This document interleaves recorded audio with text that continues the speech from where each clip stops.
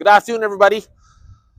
Clearly, you love history, because if you're checking into this one, you're going to be quite tickled, I assure you. I'm Corey Rennie, the unemployable counselor, the curator of the Prince Albert Historical Museum, Historical Society. Michelle Taylor agreed to sit down and do an interview about all things historical related to Prince Albert and the surrounding area. We talked a lot about how old are some of your items, what is the holy grail of items you have, how can someone get involved in the Historic Society, how much are memberships, what kind of activities do you have for the kids, how do you fit into PA in the larger narrative, how do you want to fit into PA in the larger narrative. We ask all sorts of things, so sit back, relax, enjoy it, and we'll see you at the end. So now, without further ado, my interview with Michelle Taylor from the Prince Albert Historical Society, curator, the Prince Albert Historic Museum. Enjoy. Hi, I'm Corey Rennie, the unemployable counselor. I'm here with Michelle Taylor with the Historical Society. We're down at the museum located on Central Avenue and River Street, and we're going to learn a little more about the historical perspective, the Historical Society, and everything that kind of comes along with that, and how it helps Prince Albert remember not only its heritage, but informs everyone about how we got to be where we are today in Prince Albert. So hey, Michelle, it's really nice to meet you. Nice to meet you. Right on. And we're going to just jump right in. And the Historical Society, is that like a group of superheroes that go and protect historical artifacts?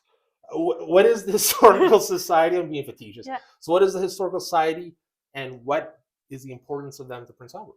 The Historical Society is a nonprofit charitable organization that looks after the museums and the history of Prince Albert. So originally, a historical society was started in the late 1800s and opened their first museum. Wow. Okay. Unfortunately, the museum was destroyed in a fire, and the Historical Society as an entity ceased to exist until about 1923, when a group of concerned citizens kind of got together and decided that they should think about Prince Albert's history. And we formalized in 1932 and opened the first museum in the Nisbet Church, which was the one of the white buildings that was at the north end of what was then Bryant Park, now Kinsman Park. And so, so that was the first actual museum that we had in PA. Yeah. Really. Wow, yeah. I didn't know that. That's and the Historical Society actually helped to have it move up to that location from its site down here. Wow. Yeah, so that was in 1932, and then in 1933, they actually helped to move the blockhouse from its downtown location up to that location as well. Was that just so it was more, at that time, like more centralized, or more like public traffic? The city actually developed a historical corner, which was that corner. And so that was our two buildings that were in that corner. Okay. Yeah, and then off and on, the society's been in different locations. We were at that location. We were at King's Bench Courthouse. We had a little museum in there. And then we went back to that location. And then in 1976, the Historical Society, this became our permanent home. Wow. Mm-hmm. Okay, so 1932. The fact that there is one as far back, like into the 1800s, you said, and that was in like the Prince Albert area at that time? Yep. Wow, so there's quite a history to the Historical Society. Huge history. No pun intended. But wow. Okay, so I was just thinking while you're talking, like, wow, that's only 8 years away from 1932 when it got reestablished. It's coming up on 100 years. Exactly. And so since that time too, we've added 3 buildings. So we now look after the Diefenbaker House, we look after the Rotary Museum of Police and Corrections, and we look after the Evolution of Education Museum. Okay, so where is the Education Museum? The Education and the Police and Corrections Museum are up across together at Tourism, just off same side of the cemetery. Ave and right by the cemetery. Right by the cemetery. Okay. And then Diefenbaker House is on 19th Street West. Okay. So do you guys get a lot of traffic like during the year? Like, do you guys keep like a client total? Or I should say numbers of visitor how many people, total? visitor totals? Yes. Yeah. Yeah, we do. So COVID, of course, wrecked museums and well Yeah. everything. Yeah. So we're now Yeah, bouncing really back good. Okay. from our COVID years. So we're sitting. I just looked at our numbers for the year. This year we have about 50 over 50,000 users and engagements. So that Wow. includes our social media numbers. Okay. So physical people, we're about 15,000 people through the 4 museums this year. That's pretty good when you consider PA is a town of, under 40,000. Yep. And most So, of our people come during the summer months. So what we really want to show to people is okay. that we're here year round. Yeah. And so schools now are starting to use us year round instead of just in May and June Okay. for Well, see, it makes sense. I know when we talked originally about doing this interview, Mhm. I was surprised that you guys are open over the winter because I thought it was only a summertime That's right. kind of treat for the public, Yeah. I guess. You know what And I mean? I've Yeah. worked for the Historical Society for 15 years, and I have had a full-time job year-round for the last 15 Wow. years.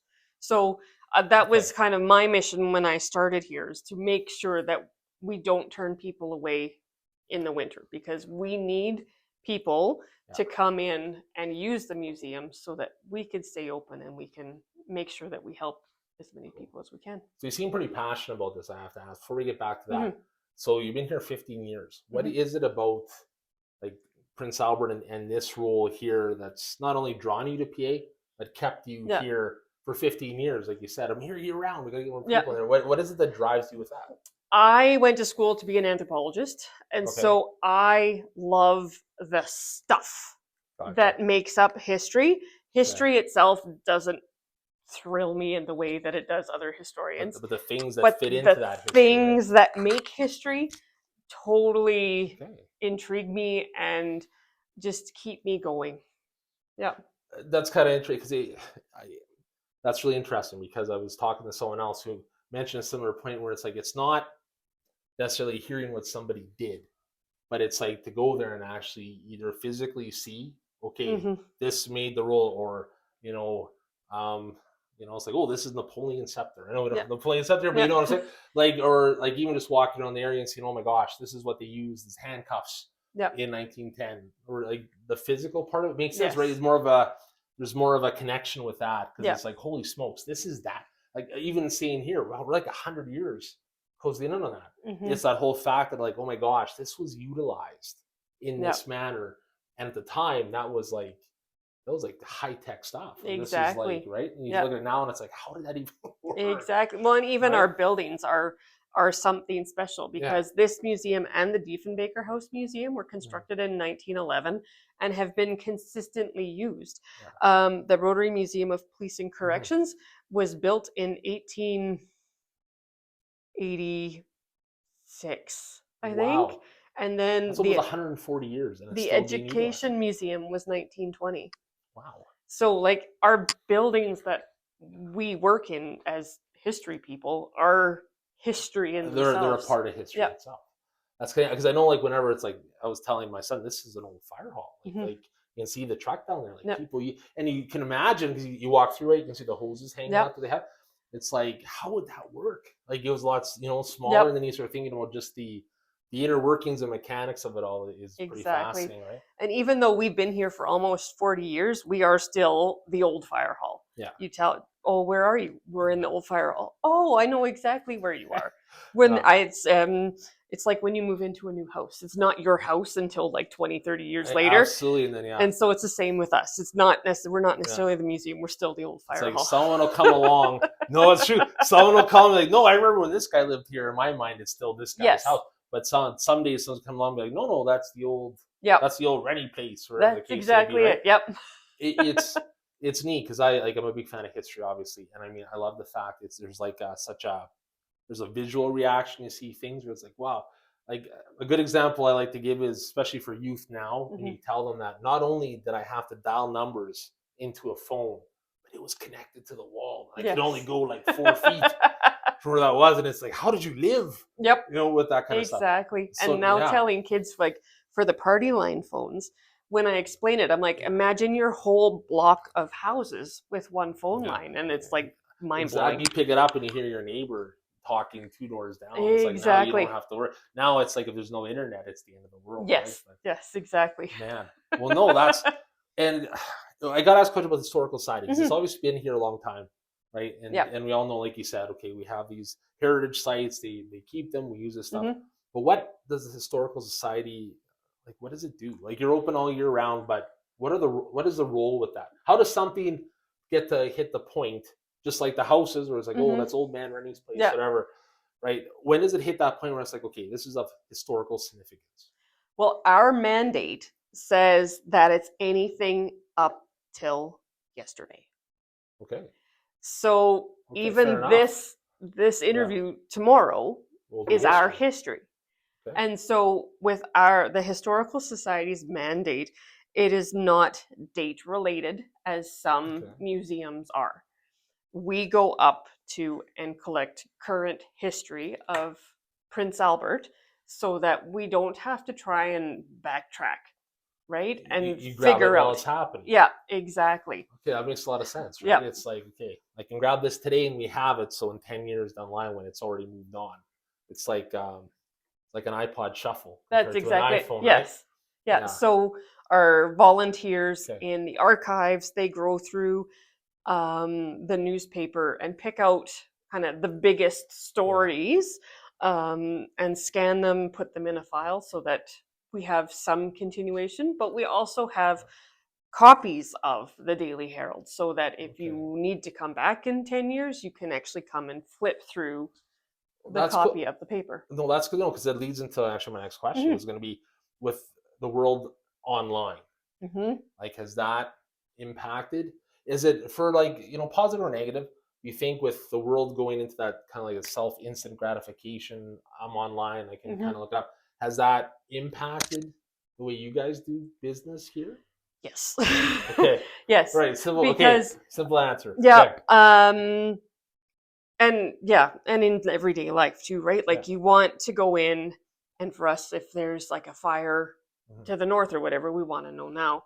And so normally you would wait a day to go to the Daily Herald, but sometimes we can go online and go to PA now And then it's there. and Yeah. just pick it up. So for our archives folks, they definitely have to hit multiple sources Okay. um, to get the whole story because. Because like with the print press not being as predominant as it once Mhm. was, I was wondering like how does that work? Because I know it's because lots of newspapers. I'm an old school guy. Like I like books because it's Mhm. nice to feel the paper, that kind Yep. of stuff. So for now, a lot of kids are getting it online. There would be, but it goes back to I guess the original point. Hey, it's that physical connection you have with an item by seeing it. Hey, this Mhm. did this to be the same sort of Yep. premise. I'm thinking, Yep. hey, And it is the coolest thing. So yeah, we have the Daily Herald Morgue in our collection, okay, which is physical papers from about 1916 up to 1976. wow, And so we can cool. actually That far back. that far back. The Daily Herald started as a daily in 1911. Wow. Okay, that's okay. That's pretty cool.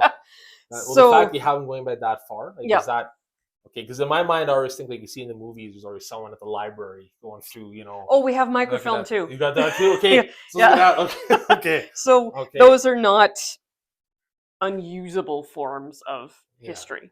And so, yeah, you can go in and you can look at it and you Mhm. get this extra cool feeling because you could Yeah, actually go through the physical and you're paper looking at or it. and looking at it. Yeah, And the best thing is to go through and to see what stuff costs, no doubt. right? Like even 1976, a pound of beef was like 79 cents or That's something, right. and we're paying like $6. Yeah. And that was the best year ever. That was the year I was born. Mhm. But no, but no, but that's okay. That's kind of interesting because yeah, just the contrast, hey, especially for the educational component, because Mhm. it's good to come look at stuff. But I'm a big fan, like especially with history, we should be able to learn from it. It's Yes. not just hey, look at this cool cup, this guy. It's like there's a story behind that, or even how it got to where you now have it and it's on display. There is Yep. a story of that journey. It was made here 100 years ago, like the newspapers, right? Yes. Like 1916. Even go back to Mhm. that paper was made in And 1916 printed in Prince and printed Albert. in Prince Albert, and here Mhm. it is. You can go and you can right. Mhm. Now, is this something that people could go look at? Like, how does that? Definitely. Okay. So the archives is open the same hours as what the historical museum is. So Okay. right now in the winter, we're Monday to Friday, 9 till 4. Okay. So folks can come in, they can phone, make an appointment to visit the archives, Okay. and we can help them find what they're looking for. So we have Okay. documents, photos, Henderson's directories, which is a really cool, basically an old phone Yeah. book. And we have the newspapers, we have maps, there's Okay. some ledgers that we have, like a whole host of stuff. Cool. Okay. So the Historical Society, how do you get stuff? All of our stuff, with the exception of the new news stuff that we Okay. do ourselves, Okay. everything is donated. Okay. It is our policy not to purchase items, Oh, just fair enough, right? because it gets expensive, and we don't have the budget for that. No, fair enough. Well, and I can imagine too, and I was saying too, it's like, oh, hey, no, I can get you, Jack Sennon's microphone from the Wake Up, Shake Up show. Let's see what I Yes, mean. exactly. It gets to be a little bit skeezy on that side, maybe. Yeah, Well, no, that's really yeah. interesting. And so some things we don't have a lot of, like the modern technology. We still don't have a Okay. lot of that in the collection yet, because to people still, like even our Yeah. age, old is our grandparents or our parents' Yeah. stuff, right? It's not the stuff when we were kids. So the way I think it, because I have young kids, Yeah. is what would I want to show my kids in the future of my life, Well, fair enough. That's a right? good way to look at it. Yeah. So what kind of toys would I want to keep or put into Yeah. a museum that would maybe mean something or to them, or that they Yeah. could have a connection to? So for us, the thing, like on the toys, the thing that I think that we have that is the biggest connection is that we have 3-inch Star Wars dolls. Well, that's I know, I was smiling as you said. I'm like, I get that. Right? So it's Yeah. what would the next generation connect Yeah. with? Because all museums have all of that stuff. Pre-1940s museums are chock full of it. Yeah. What we need is the stuff from the 60s, the 70s, the 80s, and now 90s, 2010s. Fair enough. Mhm. Well, and you raise a good point there too, because it's true. Like when you think history, I'm thinking back like turn of the century, 1900s, Mhm. right? Not that I'm that old, but I mean, like you think back to stuff like what my dad did or like my grandparents were involved with, Yep. and then it's true. Like from 1960 on, you don't really consider that to be history. Although I have a 12-year-old son, and to him that's like ancient history. Yes. It's like when you think of the 1960s. So, because man, like I'm thinking like a music playlist. If I have an album of Chris Christopherson, then I'm like, I love this thing. I don't consider this to be like what 1972. Yep. This came out. That's Exactly. over 50 years ago. Well, or even Yeah. like my son was reading a book about 9/11, and he's like, "Holy smoly!" So we had this whole discussion Oh, that both my husband and I, we remember exactly where they were, yeah. where we were when that happened. He's like, he can't imagine it because they learn it in social studies. Well, it's true, and it's true. Like I remember people are like, "No, I remember when I heard Elvis died." Mm-hmm. I remember, and it's like, or when Kennedy got shot in Or '63. Princess Or Diana. Princess Diana, Yep. right? It doesn't seem like even that. It's like to me, it doesn't seem like that long ago, but it's 20 years, more than that, almost 30 years. Exactly. And right, it's I guess it says more about our own perception of time and who and how what you value in history. Because and as you not to date ourselves, but as you kind of flip the page when it's that next generation where our kids are being like, no, I think this is this. I remember this, or hey, my dad used to Yep. have a record player, right? It's like growing up, I had a friend of mine his dad had an 8-track, Yes. and it worked, and he had my brother had one in his car, and he had Billy Joel's Glass Houses. I still remember that, right? And it's kind of like, it's like in my mind, it's like, it's kind of cool, but it's like, for kids, it's like, what the hell is this? Yep. Or exactly. Nintendo where he had, I remember blowing in the game to put it in there because it wouldn't work. That's right. Right now it's all discs and stuff like that. Yes. So is there, for the Historical Society, is there any, so like you said, it's a lot of donation kind of stuff. Yep. You look more at this period. So a lot of stuff that comes in, is this things of like, like estate, where people have maybe passed on, or there's an excess amount of stuff. I think too, I've known a lot of farmers they kind of collect things as it goes. So as they move on to the next plane, there's all this stuff where it's like, I have coffee cans, going back to Mhm. like the 1940s or We don't right? usually get too many estates. They're just Okay. usually individual donations, like Okay. that people. And unfortunately for museums, we are the last stop before the dump.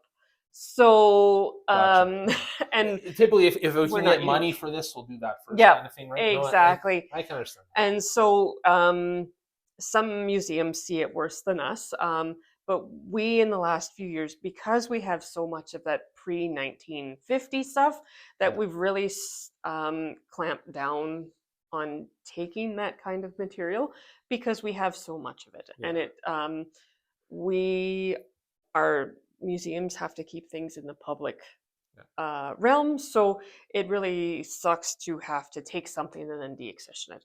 So we definitely try and take those single Yeah. items as we can. Well, do you find that like what happens to the items that maybe don't get a lot of traction, or I don't know if that's the right term to use, but I'm sure there's some items like, oh man, this is a really popular item. There's Hmm. other things where it's like, not so much. You know Yep. what I mean? So what Yep. happens to those not so much items? What happens there? The ones that we don't have too many of, Yeah. they generally stay in museum storage Okay.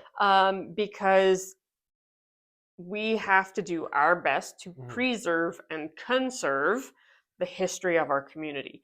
Okay. And so, if we only have a one off item, it may go on a special display, but for the most part, we'll try and keep it Okay. preserved as best we can so that nothing happens to that part of the history. Well, and I imagine too, it's kind of like, this group coming in might not find this item appealing, but the Hmm. next group might. And who are we to say what has historical, I guess, Yes. value right to the Yep. next group coming in? Because everything holds some value in a place like That's right. that. Like it had a journey to get here. Yeah. So that, and Okay. that's what that is now. The hard part is because Yeah. there's so many different groups, and Yeah. right since COVID, communities kind of lost. Like, is Yeah. the big community Yeah. that's kind of lost, and so there's all of these different factions that we have to try and put together in Yeah. order to keep the most representative sample Okay. of Prince Albert history. Because there's Fair only enough. so much room Yeah. we have Well, as to a keep physical things. space, I Yep. imagine when it comes to be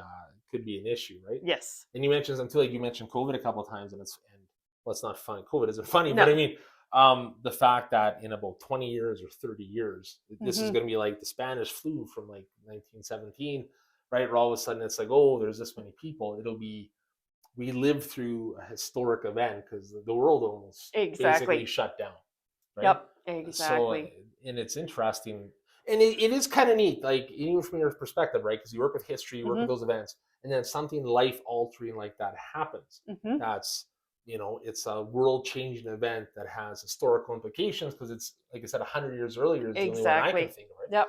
So just from that, And that's people don't interesting. think about it that way either, Yeah, right? So we were keeping like COVID stuff from the government and like as it pertained yeah, to Prince Albert and what was in the news.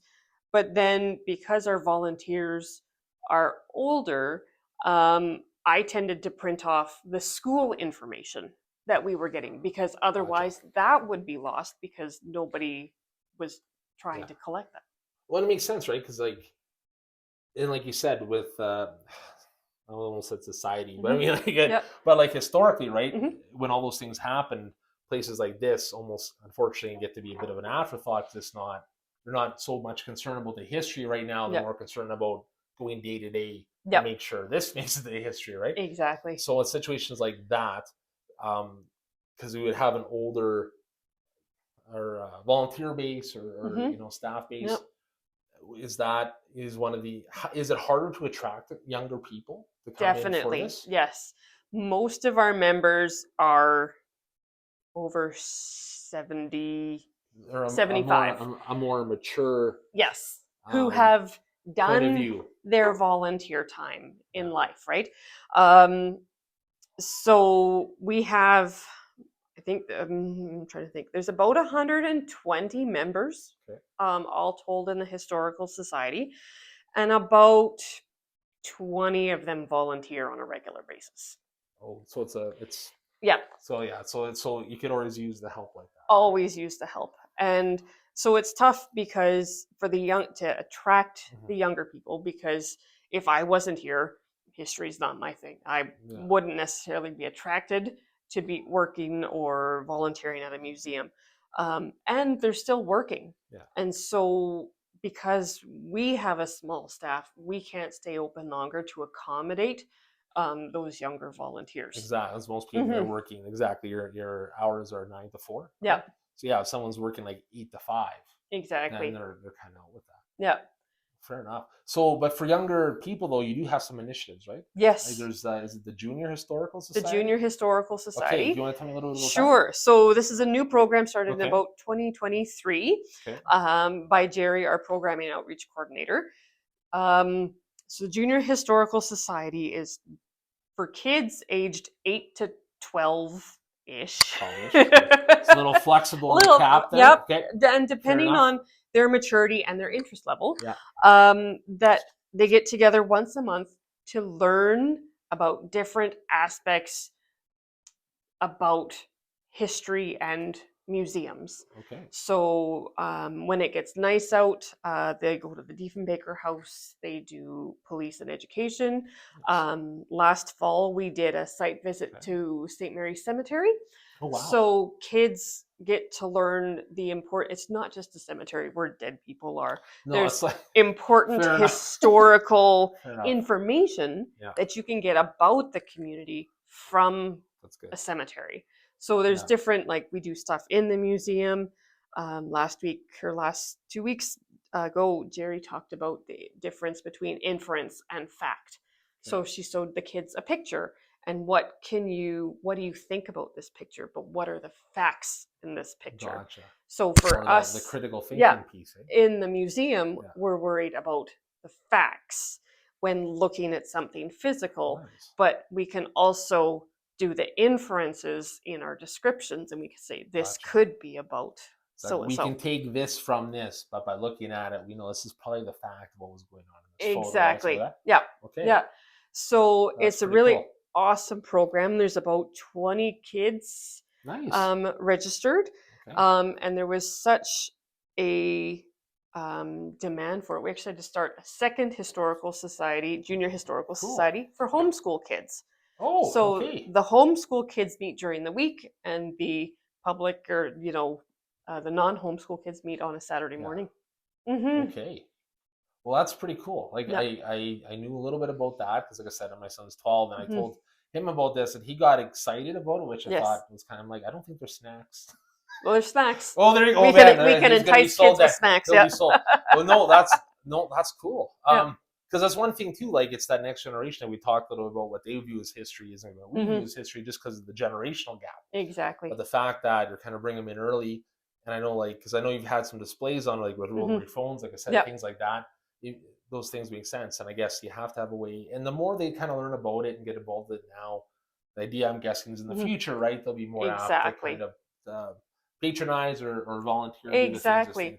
And especially if we get them young too, we're hoping that when they get into high school and have to do those volunteer hours, that they can come back to the museum. Like, hey, I know Michelle from the Historical Society. Exactly. Yeah, exactly. Okay. And so for Junior Society and our regular membership, it's $20 a person for a full year.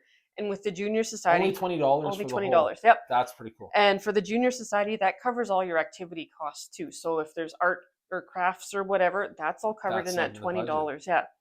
Wow, that's pretty good. And that covers your entrance fee for a year, right? Into the museum. That's correct. Things like that. Yep. And you also it's a percentage off gift shop. Yep. Okay. Yeah. And if you volunteer for 50 hours or more, you get a free membership the next year. Well, that's pretty cool. Yeah. So there's a lot of cool incentives to be part, and it's local. Like, I mean, like, you get to support the community, especially the history of the community. I find is always fascinating, because other than PL my life, and there's some things I know for sure, and I like to, do little videos about pretending how much I know about things. But there's so much stuff you don't. Like, it's always that backstory. Yeah, exactly. Like, and it's like, man, because even now, like, we all have cars and things like that. But when there was, going back to 1911, when they first got the printing press, right, and did a daily paper, was it, right? So just the fact that you can kind of like see it. Yes. The fact that it's that old, right?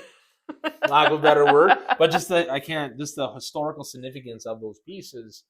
Because I'm a big fan of, the more you know about stuff, the better you are prepared for what come in the future, because no matter Yeah. where we advance, there's always some things that are going to remain the same. Yeah, So like exactly. so it's kind of nice to see that. Yeah. So And with your yeah. memories, sorry, No with price. your memories, the funnest part about being here is when we get the random phone calls where we have to verify answers to Coffee Row. Oh, no doubt. I never thought about that. It's like, wait, I got someone on speed dial. Yep.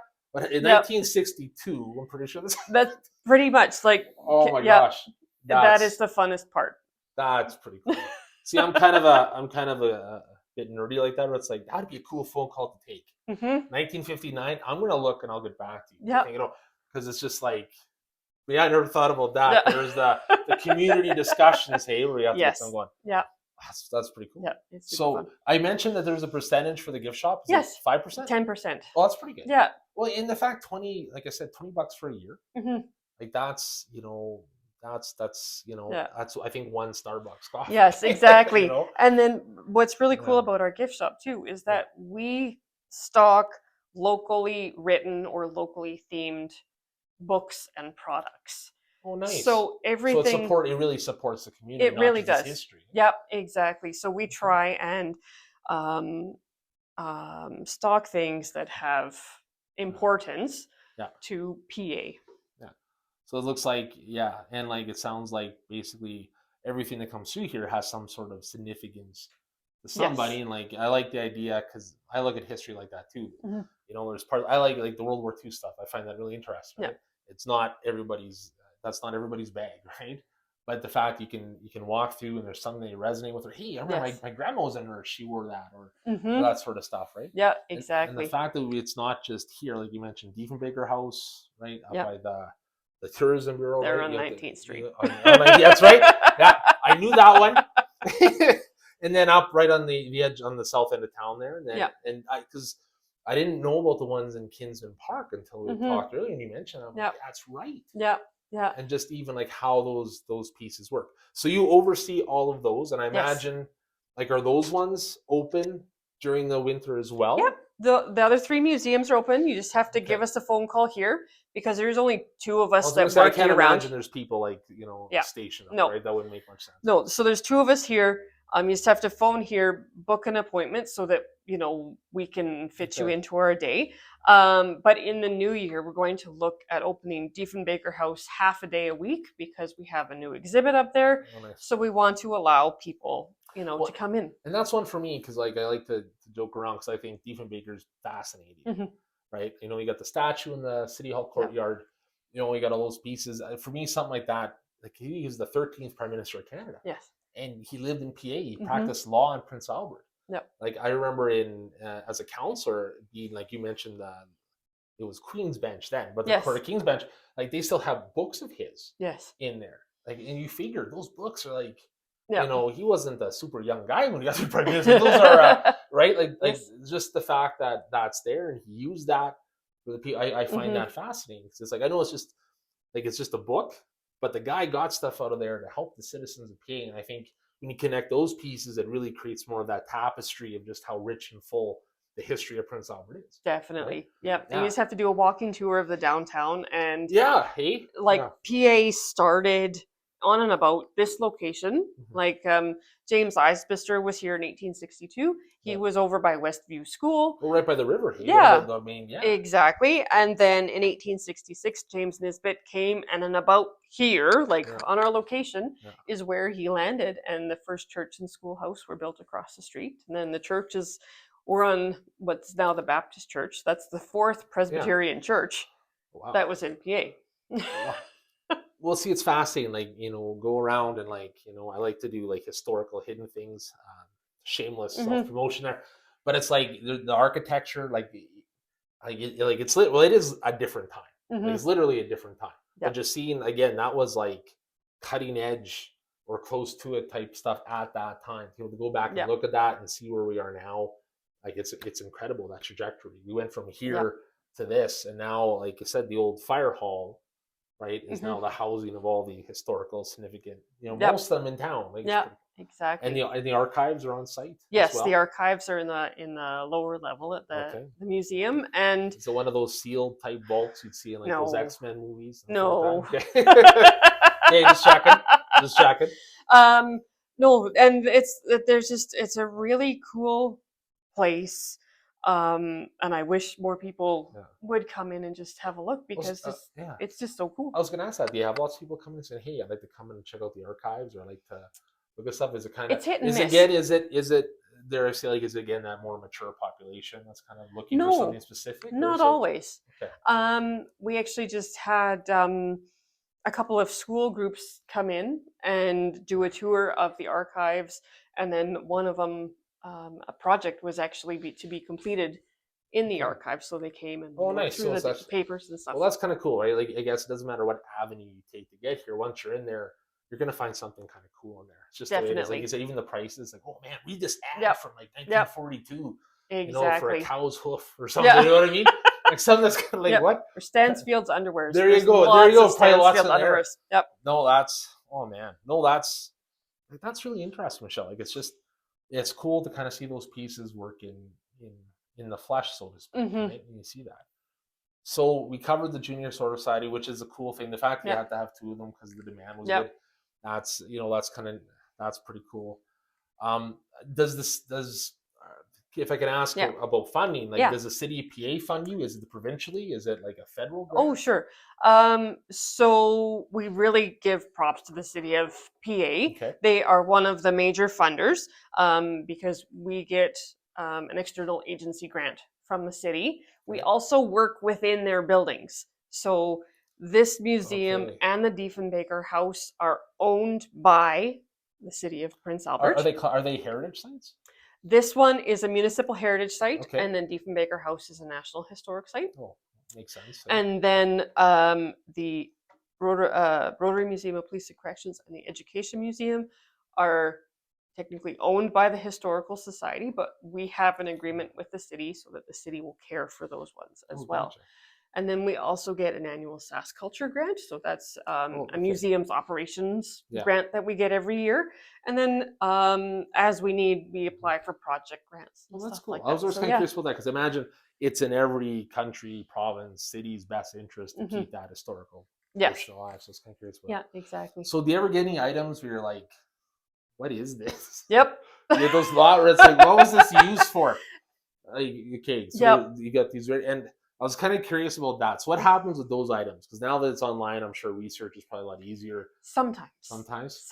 Okay, because some stuff's probably so obscure that it's like... Yes. And so we have to try and find online, which is difficult. And sometimes we just have to go through the venue just to ask people, okay, it could be this.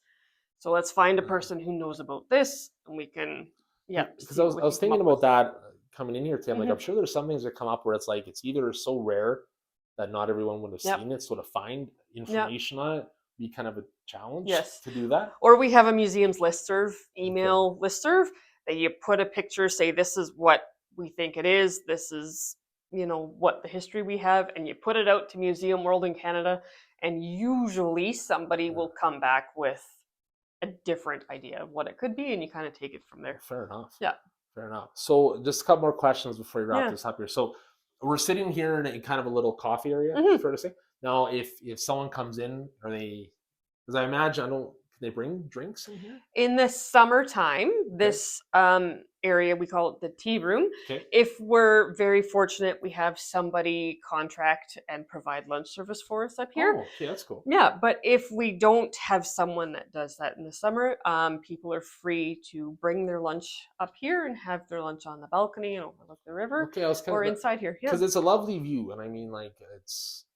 Yes, like, and we are the only public building that has this view all of... I was saying it's a PA. pity that maybe like that it's not more utilized for that, because I mean, it's really nice. Yeah. And I guess last thing that I'm asking, besides myself and the paper from 1916, what's the oldest item you have? The oldest item, that would be pick an indigenous projectile More point. things, gotcha. Yeah. And that makes sense, right? Things with more cultural significance would be... Exactly. Right? Yep. So what about more of the European settlers? Well, I was going to say, once kind of like the technological aspects come into play. Because I'm thinking like probably like with the newspapers from 1916, I can't. I'm trying to think of like, you know, I like the James Nisbet didn't have a combustible engine. I don't no, but think. he was a carpenter, and we Yeah. do have his table here. Okay, We have some of his carpentry stuff. that's really cool. I kind I'm of trying put to you on think. the spot there. That's Sorry. okay. A lot of, or I shouldn't say a lot of, some of our archive documents are pre 1880. Wow. Um, Because I imagine, okay, because in my mind, I'm thinking a lot of the really old type stuff would be things like that, and more of the because as the world advanced, yeah. because I noticed I've been in here a few times, right? Like there's some stuff like with World War One, Mm-hmm.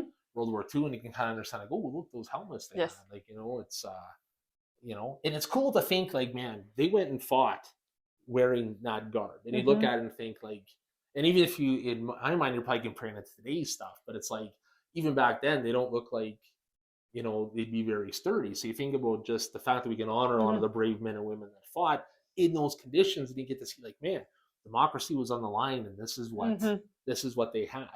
This was Exactly. top line kind of stuff. Yeah. It puts things in perspective, I think, in a way Definitely. that you Yeah. don't see anymore. And some of our older stuff too. I was thinking we have pictures from 1891, so That's it kind shows you like PA was booming, of neat. and Yeah, River Street was full, like yeah, packed of businesses. It was yeah, packed of people, yeah.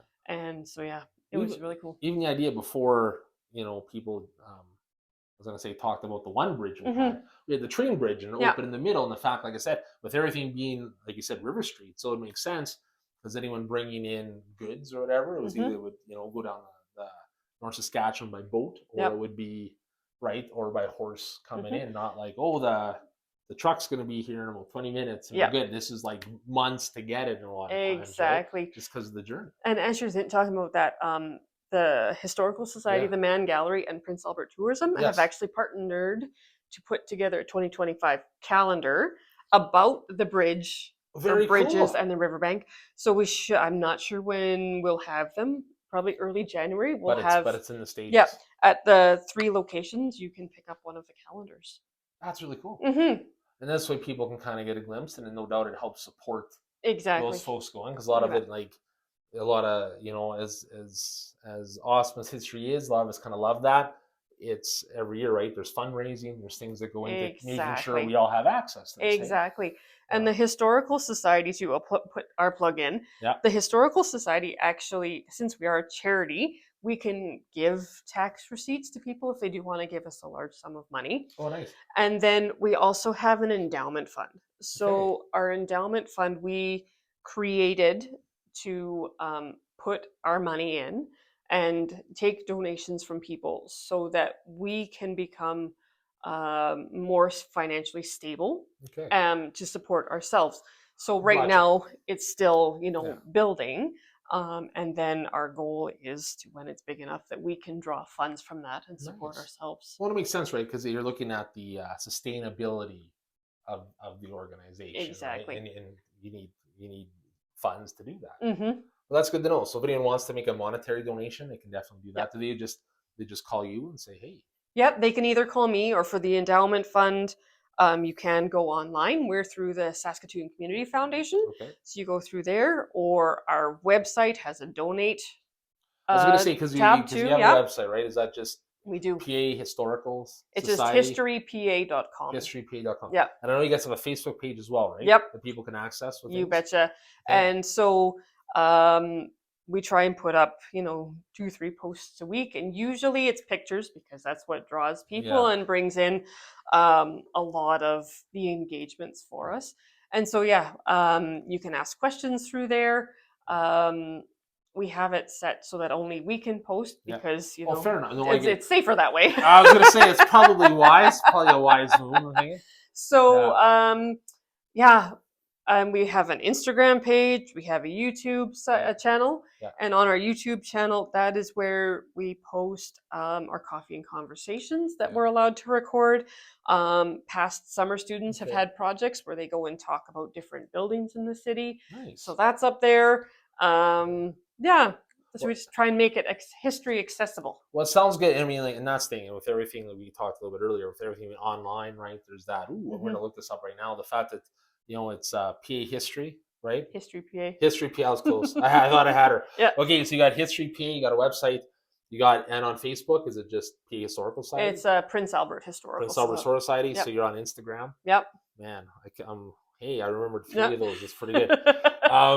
No, that's good, because I know too, like, with what I do, I think I mentioned I made a little, like, a 1-minute blurb just about the Historical Society, and I was shocked that, like, I looked at it this morning, it was over 25,000 people who watched that, and I'm like, there's clearly an appetite for people to learn more about their surroundings, how it came to be, and all those sorts of factors. Yep, for sure. And so we're trying to move forward, right, with the old. Yeah. And so our old, is different from others' old. And so my volunteers, they still want to post the really old pictures, where I'm like, no, we need to post 1990s pictures. Well, and we actually don't have too many of those. No, and that's good to know, right? Yeah. So, like, for the 3 people watching my stuff, keep in mind that history is not just 1910. We're looking at stuff that happened, as you said, from yesterday backwards. Yeah. Right. So let's get as much stuff. So if anyone has anything out there, maybe stop by or contact the Historical Society, right? And you can kind of figure out where that is. In the meantime, like I said, $20 memberships for a year is pretty good. 10% off the gift shop. Yep. And that membership gets you access to all the museums. Yep. All the museums. Like, that's a good deal. It's a really good deal. That's a really good deal. It is. Because I know, as I got a membership, and I'm like, I was telling my friends about it. This morning, I was telling the one, I said, I'm going to the Historical Society. I said, yeah, I got a membership, and I'll show you him. And it was he's like, $20. Like, so I'm hoping he comes in. But it's like those sorts of factors matter, and history matters. The more we know about that kind of stuff, like, exactly, the better it is for everybody. Yeah.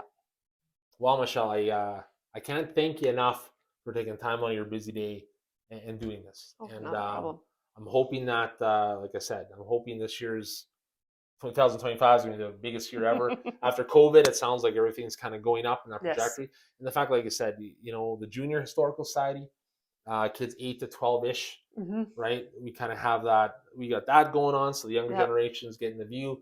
And it's also like, I like the way you're thinking about it, because it's like, okay, I'm stocking the cupboards for the future, right? It's like that succession planning. The more people get involved with it, it becomes ingrained a little bit more into what they do. Exactly. Then they can it just becomes second nature. Yes, exactly. Awesome. Well, again, thank you again. Thank you very much. I can't thank you enough. And Michelle Taylor, PA Historical Society, get a membership. Come check it out. 9 to 4 is the hours, winter hours. If you want to check out the other places, call, book an appointment. And there's a new exhibit at Deep Baker House. I can't wait to check that out, man. It's going to be pretty exciting. Okay, well, thank you again, and take care. And Curator and a political counselor, thanks for watching, and take care. Awesome. As you can tell from that interview, not only is Michelle extremely knowledgeable about all things history and historically related to Prince Albert, but she's a very kind-hearted young lady, as she agreed to sit down for the interview with me, and nobody really wants to do that. So I want to thank Michelle Taylor for taking the time to go through everything. That was one of the most thoroughly enjoyable conversations I've had. If you love history and you want to know more about PA, I recommend, as they said in the interview, $20 memberships. They have a Junior Historical Society. Book an appointment, check out some archives. We got history all around us. History starts from yesterday going backwards. So think about what your kids are going to look at as history, right? Like the rotary phone. It's cool stuff when you get into it. I'm Corey Rennie, I'm public counselor. I want to thank everybody for watching. I hope you enjoyed it. And check out the Historical Society in the museum. Take care, and we'll see you in the pages of history. Right on.